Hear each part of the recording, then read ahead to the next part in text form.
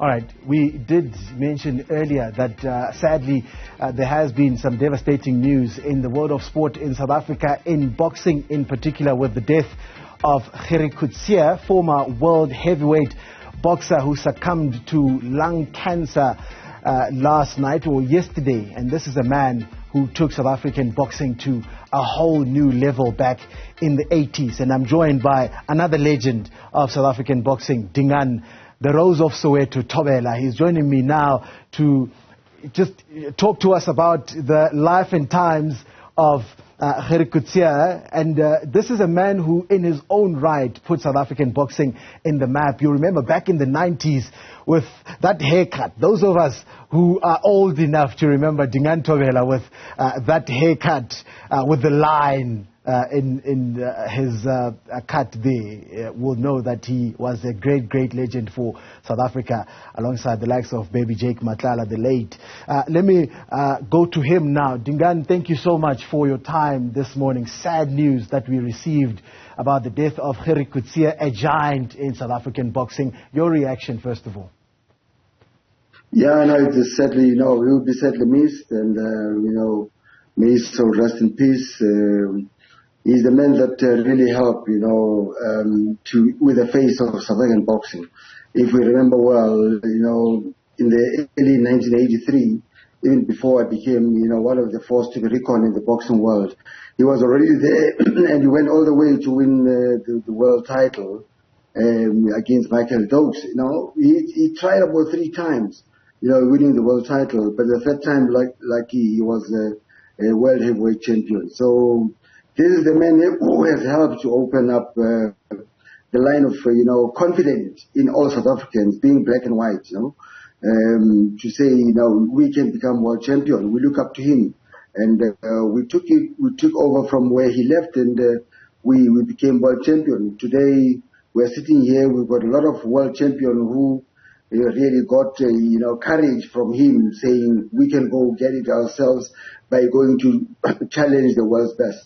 And you took the words right out of my mouth, Dingaan, when you talk about him opening doors for you. But did he help South African boxing get the recognition, that win, particularly in the 80s, that heavyweight title win? Because I understand he tried 2 times before. He was third time lucky when he finally clinched that title in the 10th round. And did that spur South African boxing onto great things, both in the 80s and the 90s? Yes, it ignites all the interest and the confidence in all of us, that took over from where he left, by him going to fight the likes of Mike Weaver, him going to fight, in fact, he was even closer to fighting Muhammad Ali, there were politically and otherwise, prevented him to get that opportunity.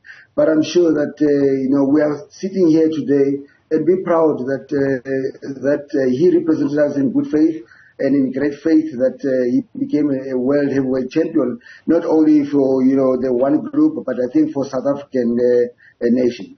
You mentioned politics, and we cannot leave out the fact that that win came in apartheid South Africa, at the peak of apartheid South Africa. How was it received by the black boxing community and the fans, and how was your relationship particularly with him, with apartheid being at the peak at the time? Let me tell you, really it was well received along the line, even during apartheid. I'll tell you why. In 1983, when I was a young boy, young kid who looked up to him and all that, there was, he was fighting a guy called John Tate. Even till to date, my age group will be able to testify to that.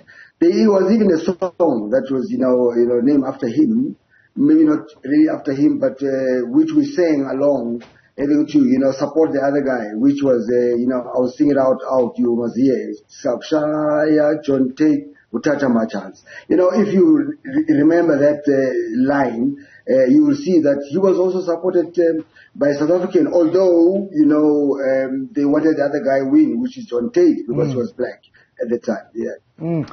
And that fight was at Loftus Versfeld in Pretoria, the one with John Tate, and it attracted a record crowd at the time of 80,000 spectators. Was that his best fight? He lost after 15 rounds on points. Was that his best fight, or was the title, the heavyweight title fight, his best fight? Or is there any other fight that you can think that was better than those two? Well, yes, he was ready. He was ready to compete. I think his weapon, his best weapon was his speed. He had great hand speed.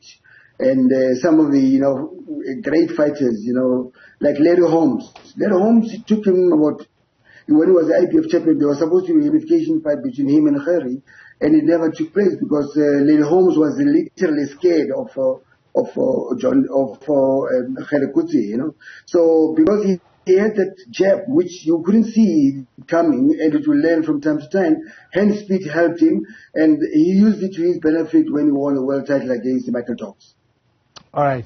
The Rose of Soweto, Dingaan Thobela, thank you so much for your time this morning and helping us reflect on the life and times of Gerrie Coetzee, who's sadly late now after succumbing to lung cancer, we understand, from his Cape Town home. That's another legend of South African boxing, the Rose, Dingaan Thobela. And we will, of course, let you know of all the arrangements with regards to Gerrie Coetzee's funeral as the family gives everything out. Let's